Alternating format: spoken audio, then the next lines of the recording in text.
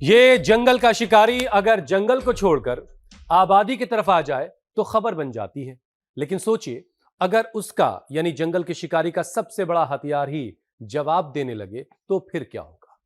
Dudhwa tiger reserve में सिर्फ 4 साल की एक मादा तेंदुए के दांत इतनी बुरी तरह से घिसे हुए पाए गए कि वाइल्ड लाइफ स्पेशलिस्ट जो है वो हैरान है, क्योंकि जो दांत आमतौर पर 10 से 12 साल की उम्र में घिसता है वो जवानी में ही टूटने और घिसने लगा है। वजह एक नहीं है, कई हो सकती हैं। जंगल में आसान शिकार कम मिले तो तेंदुआ बची हुई सख्त हड्डियां चबाता है। कहीं दांतों का इनामल जन्म से कमजोर होता है। वैसे अब एक दिलचस्प वजह यह भी चर्चा में है कि स्ट्रेस, इंसानी दखल, बदलता हुआ हैबिटेट और साथ ही साथ लगातार खतरे से जानवरों में भी तनाव बढ़ रहा है। इससे कुछ जानवर दांत भींचने या पीसने जैसा व्यवहार कर रहे हैं और लगातार रगड़ दांतों की ऊपरी मजबूत परत को, जिसे हम इनामल कहते हैं, उसे नुकसान पहुंचा सकती है। और ये तो आप समझते ही हैं कि शिकारी के दांत कमजोर हुए तो असर सिर्फ मुंह तक नहीं रहता, बल्कि तेज शिकार करने में भी इसकी जो पकड़ होती है वो भी मुश्किल होती है। फिर कुत्ता, बकरी, मवेशी जैसे आसान शिकार की तलाश उसे इंसानी बस्ती की करीब खींच लाती है। वैसे जंगलों का सिकुड़ना, सड़क, रेलवे से हैबिटेट का बंटना और नेचुरल शिकार मतलब कि हिरण, जंगली सुअर की कमी भी एक बड़ी वजह है। बिल्कुल ठीक बात है, लेकिन मीनाक्षी, इस कहानी का एक सिरा हमारे अपने यानी इंसानों के जबड़े से भी जोड़ता है। स्ट्रेस की बात जो आप कह रही थी, उसमें दांत भींचना, नींद में टीथ ग्राइंडिंग, घंटों मोबाइल लैपटॉप पर झुकी हुई गर्दन, ये सारी चीजें टीएमजी यानी कान के पास मौजूद जबड़े के ज्वाइंट पर दबाव को बढ़ा रहे हैं।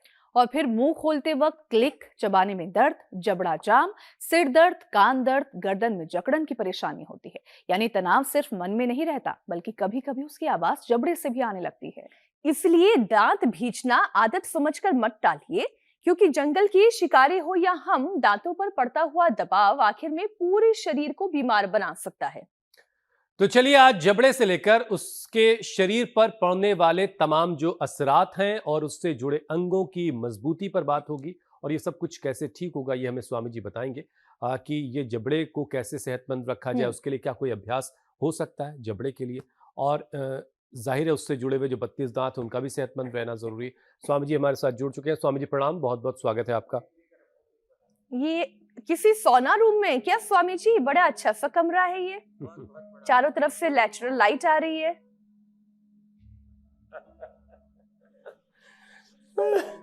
ये वही धन्वंतरी धाम हिमालय से आगमन है वापस। चारों तरफ आज बादल है, बादल भी पहाड़ों पर आराम कर रहे हैं।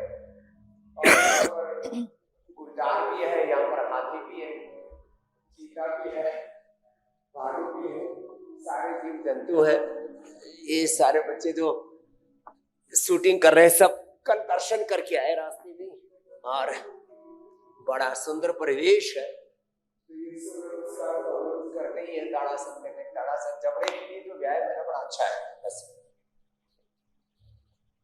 और ऐसे ऐसे और ऊपर नीचे के जबड़े को भी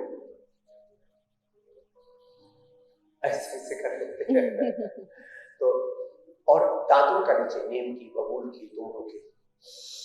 और यहाँ पर एक पत्ता रखा है हमने, ये बच्चे सब पूरा आनंद कर रहे थे, इसके दांत बढ़िया चमकने लगते हैं। किसका पत्ता है भैया? महुआ।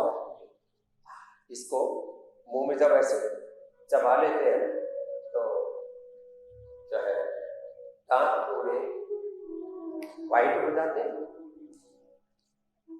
और टेस्ट भी ठीक ही है, दांत चमकने लगते हैं। दांतों के लिए महुआ की दांतों और बबूल की, नीम की और ये तो स्वामी जी जमाना बदला है और पहाड़ में अब लोग तरह तरह के ब्रश यूज कर रहे हैं, इलेक्ट्रॉनिक ब्रश आ चुके हैं। अब कहाँ दतवन का जमाना है, अब दतवन ढूंढो भी तो बाजार में कोई बेचने वाला नहीं मिलता है। महुआ और नीम की तो खैर ढूंढने से भी शायद जिस तरह से न मिले, हालांकि पेड़ों से अगर कोई तोड़ना चाहे तो तोड़ सकता है। अरे अमेरिका में मेरे भाई हुसैन जी जी जी 500 पैसे लेकर के 1000 रुपए की दांतों बिकती है। क्या नीम की, बबूल की, तोरू की तो 5000 की भी लोग खरीद लेते हैं अमेज़न पर। लो तो अब ये वापस जमाना लौटेगा। ये साइकिल है साहब।